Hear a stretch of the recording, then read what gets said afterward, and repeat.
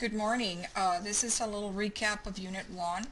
Of course, the test is going to have primarily, it's going to be focusing on patient safety and immobility, and there are a total of 5 questions on the exam on Unit 1. So we'll start off with patient safety and addressing fall prevention. Starting off, of course, with what this risk factor or fall risk assessment include.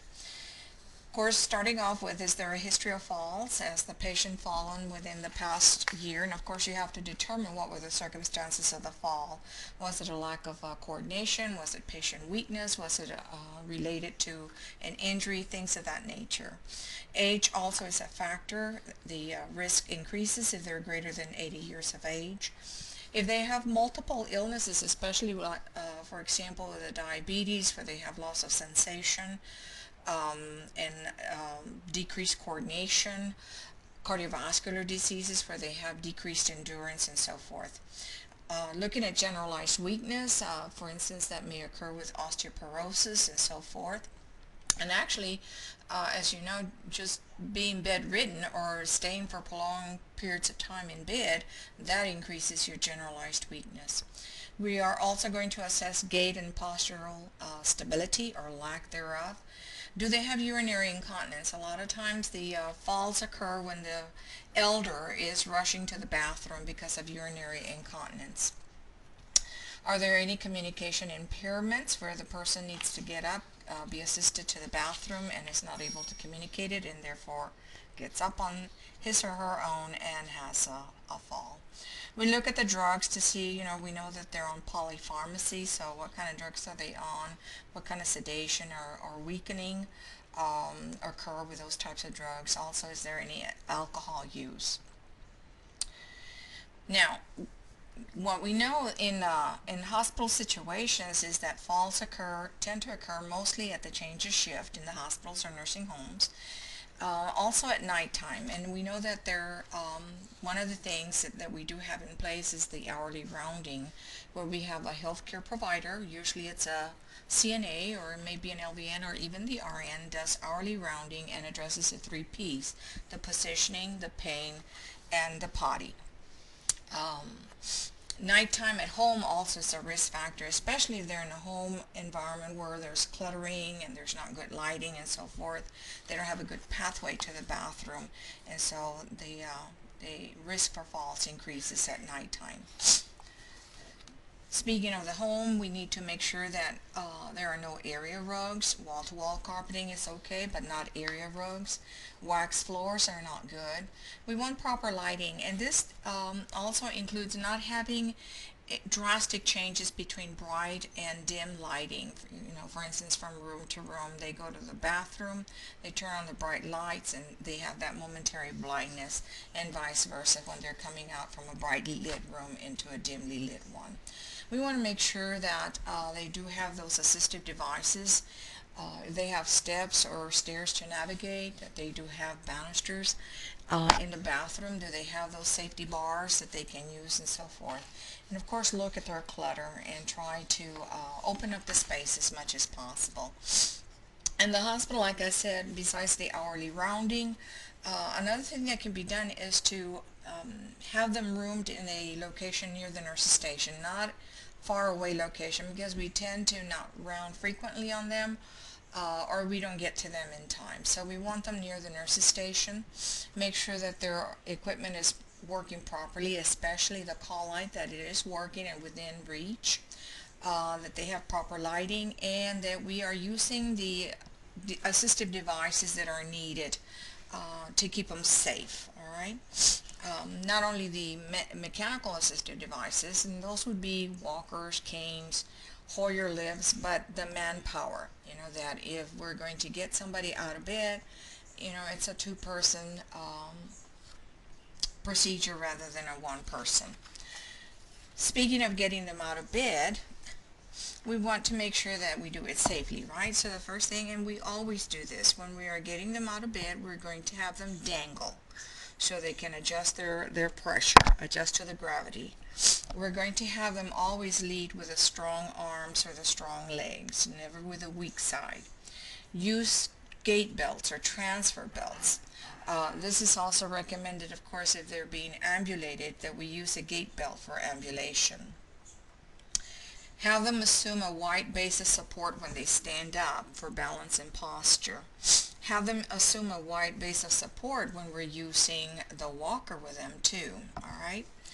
So, what education would you provide the elder and family regarding assisting in and out of bed? A very important one is that they do properly position the equipment, properly position the chair. That they have the person, just like I said, they dangle, make sure that they have a wide base of support, both the family member and the person getting out of bed, for posture and stability, and that they always lead with that strong side and never with the weak side. If they're using a cane, we need to make sure that it is the proper height, and this is when the arms are dangling on the side of the patient. The cane should come up to the patient's wrist level.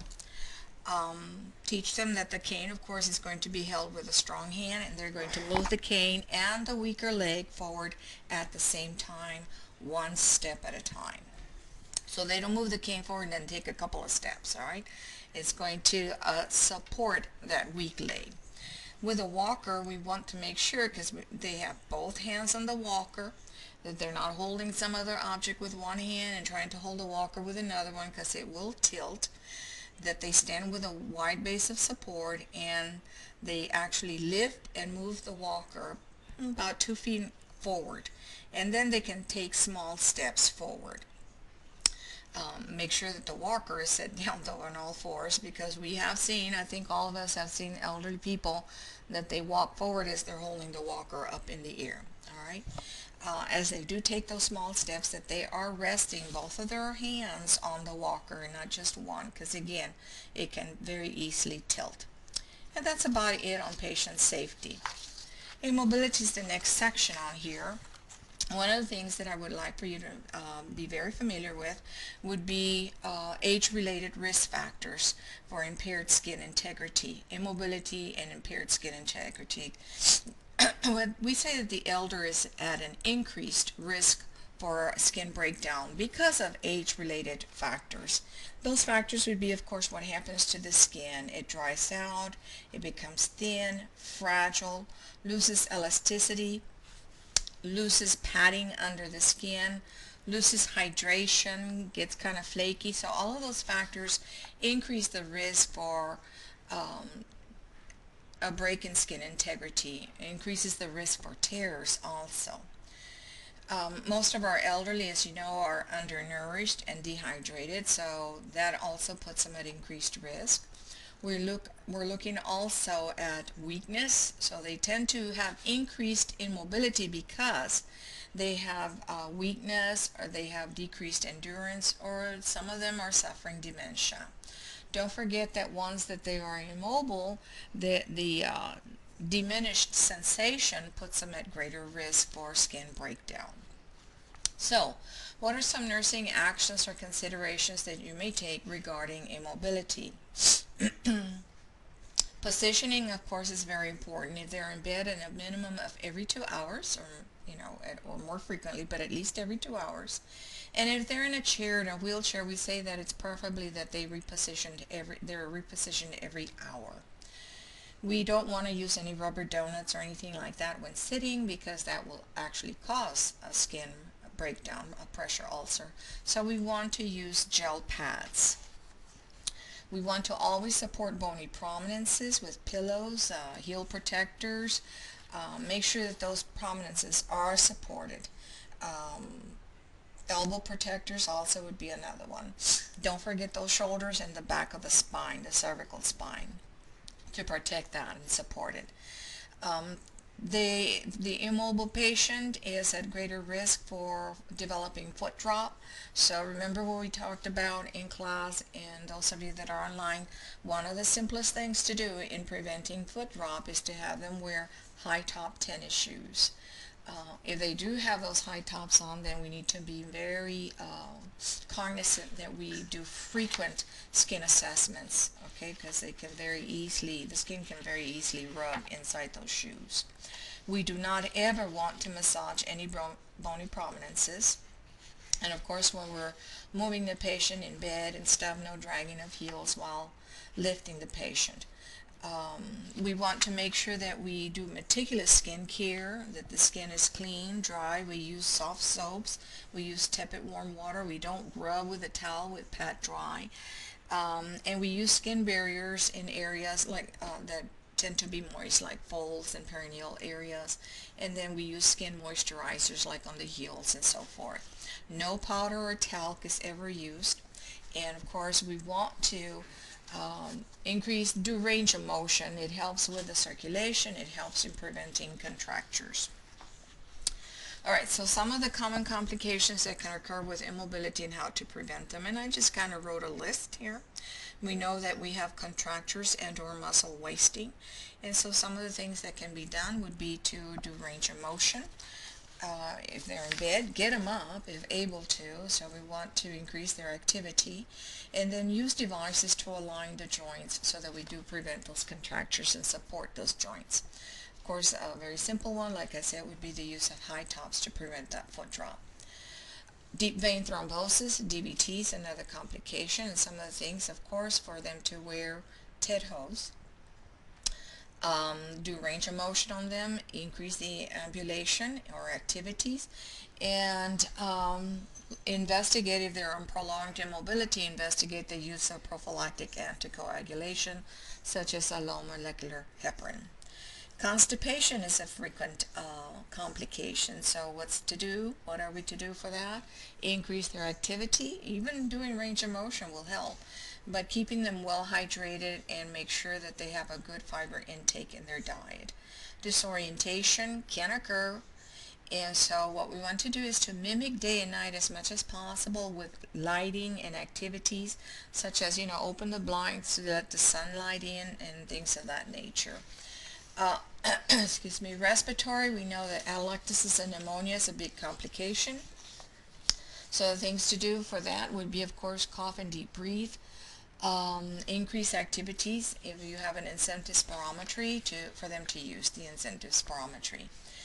And then pressure ulcers, as you know, and especially with the elder person, and the things that we can do, and we already went through the nursing considerations. Repositioning is a big factor in that. Adequate skin care, adequate nutrition, frequent skin assessments. Remember, in the hospital situation, we are required to assess them upon admission and then at least per shift. In some places it's every 8 hours. And we know that if we fail to document the presence of a pressure ulcer upon admission and it's discovered later on, that facility is going to own that pressure ulcer and the financial responsibility for the care of that ulcer for its lifetime. We want to also make sure that we take proper steps in supporting the bony prominences. The next section here is on health and wellness, and then we're going to round it out with genetic considerations. Health and wellness really is something that we as nurses, or actually the healthcare environment, we tend to not give it the top priority that it requires. It's preventive medicine, and even though we say that health insurances provide for those annual physicals and so forth, we really do not push it as much as we could. All right, in some areas we do champion it more than other areas.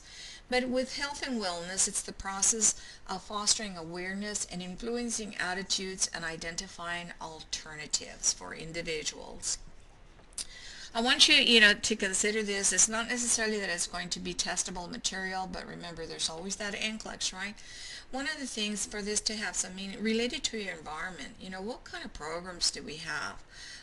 What kind of, do we have to foster awareness, to identify alternatives for an individual? Do they have to come over here to University Hospital, the clinics over here, or the clinics at Robert B. Greene to tap into access health care? Or is the other option, the only option, is to go to those expensive urgent care centers and stuff? I know, for instance, Krista Santa Rosa has those community outreach programs where they have those little clinics in the barrios and stuff like that. What kind of babysitting alternatives are there for moms? Do they have to take all their 5 to 10 children children with them for an appointment, or is there some kind of support there for child care so that they can tap into health and wellness programs? We want individuals, of course, to make informed choices and change behaviors as the ultimate, that's the core principle for them, to change behaviors so that they do maintain a state of wellness. They achieve that optimal level of physical and mental health and improve their physical and social environment. All right, so it's looking at all the environmental factors, resources that may not be available, and helping the individuals to tap into those resources. Now, levels of prevention, this is one other thing, because this is how we practice healthcare. And actually we have primary, secondary, and tertiary prevention. The primary prevention is aimed at preventing occurrences of specific diseases. These are such things as I get my varicella vaccines, okay? It's not because I'm at risk. At risk would be I was exposed to it, so that I already have a risk factor there. But as a routine matter of preventing outbreaks of chickenpox, we inoculate children with the varicella vaccine. That's primary prevention. There is not a risk factor, but we're wanting to prevent the occurrence of a specific disease. Secondary are behaviors that promote early detection or screening of disease, as well as treatment and prevention of disability. The best way to differentiate, because a lot of the actions that we take for primary are also the same actions for secondary, as the example that I gave you with a varicella. With a vaccination, if you have been exposed to chickenpox and have not been vaccinated, then you have a risk factor. So then it's a secondary level of prevention because risk factors are already there. Let's say, for example, you go in and you have a mammogram and you have a history of breast cancer in your family, their mother, aunts, sisters, or whatever. The risk factors are there, so really it's a secondary level of prevention.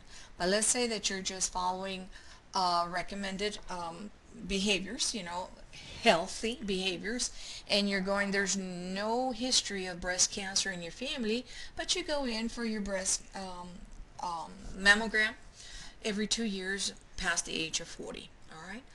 That is purely primary because there are no identifiable risk factors there. And then we have tertiary. Tertiary, the injury, the disease has already occurred. So the tertiary prevention is directed towards treatment, making it, recovery, and then rehabilitation from the disease. So for example, somebody has a stroke, so it would be tertiary level of prevention. It would be aimed at getting them over the acute phase of the stroke, minimizing the functional deficits from the stroke, and then the rehabilitation process or phase of that, so that they obtain the maximum level of functioning with whatever residual deficits would be there from the stroke. That's tertiary. That brings me into genetic concepts. What's the big deal about genetic concepts? I know that it can get very technical. You're reading in the EGI about genetic concepts in there. So, quick and dirty, what do we need to know? Us nurses in a medical surgical setting, what do I need to know that will help me weave genetic concepts into my practice? Well, first of all, what are the purposes? What's the purpose for genetic testing? Some of the purposes would be to identify carriers, or maybe there's a history of a disease in a family, so we want to, and it's recessive genetic carrier in there, so we want to identify if there's any recessive genetic carriers in there. It may be part of a diagnostic testing. Does the person have a genetic mutation for a specific disease? For example, polycystic kidney disease. Alright, so maybe there is a history of polycystic kidney disease in the family, and so they may be doing some diagnostic testing to identify if there is that gene in there. Or maybe the person has polycystic kidney disease or has cysts in the kidney, and so it's part of the diagnostic testing. It may be to confirm the diagnosis. Or the patient is deemed at higher risk for specific genetic disorders, such as the gene mutation that Angelina Jolie had for breast cancer and ovarian cancer. Okay, she is at high risk for a specific genetic disorder, and so she had the testing and was identified that indeed she did have the pattern, the genetic pattern, and so she took actions. I want you to just, be knowledgeable about autosomal dominant pattern of inheritance and autosomal recessive pattern of inheritance. The dominant pattern, we say that the trait appears in every single generation. There's no skipping of generations. The risk for the affected person to pass this trait is 50% per pregnancy. So each child, 50-50 chance that that trait will be passed. Unaffected people do not have affected children, so the risk is 0% if a person does not have that genetic trait. And then the trait is found equally in both males and females. It's not sex discriminate. Autosomal recessive patterns of inheritance is when the trait may not appear in all generations and may skip generations. About 25% of the family will be affected, and children of two affected parents will always be affected. So in order for the trait to be passed to the child, we have to have two affected parents. Affected people who are carriers can also pass the trait to children if their partner is also a carrier or is affected by it. And then again, no discrimination between genders. It is equal in males and females. So what's our role then, our responsibilities in genetic counseling? Well, we want to assist with identifying patients and families that are at increased risk, and then assist with the teaching of patient and families that are at known increased risk on screening guidelines and do clarification for them. It can be a rather complex procedure and stuff, so we want to make sure that we are there to clarify for them. We want to teach them, those that are at known increased risk, as to what types of environmental modifications can reduce the risk, delay onsets, or reduce symptom severity. We want to also allow them to have an outlet, all right? Assess patients for presence of anger, guilt, or depression, using our therapeutic communication, referring them to the appropriate sources. Do they need psychological counseling? And most of them do, all right? And then to encourage the patient who undergoes genetic testing, or not encourage, but ensure that they are appropriately counseled before, during, and after testing. This is advocating for them that they are knowledgeable through each of the steps. Okay, so that is the end of the presentation. This is the recap of Unit 1. Okay.